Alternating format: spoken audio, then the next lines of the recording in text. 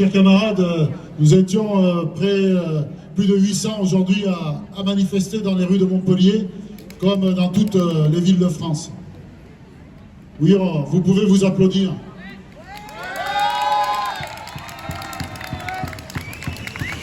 Vous pouvez vous applaudir et vous féliciter d'être présentes et présents aujourd'hui.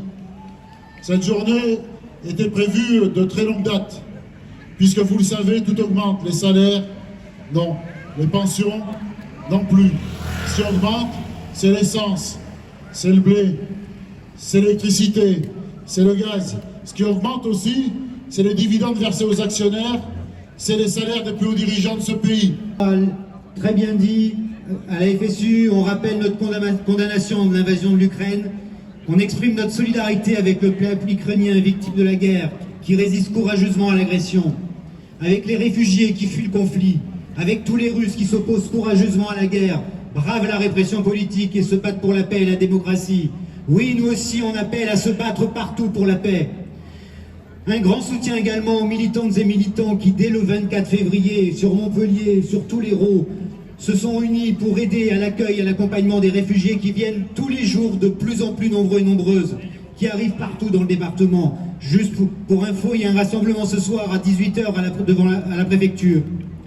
Aujourd'hui, nous refusons l'instrumentalisation de ce conflit terrible dans le champ politique franco-français.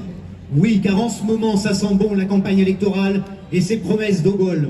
Au motif de la guerre en Ukraine, 15 centimes sur l'essence, aide pour les pêcheurs, les agriculteurs et le bâtiment de travaux publics, des promesses un peu partout qui sentent bon l'électoralisme ambiant. On a même entendu parler, oui, nous les fonctionnaires, d'un dégel du point d'indice. Ça fait depuis 2010 qu'il est gelé. Mais n'oublions pas le bilan de M. Macron, président. N'oublions pas le projet pour demain de M. Macron, candidat. Oui, le bilan de ce gouvernement est lourd.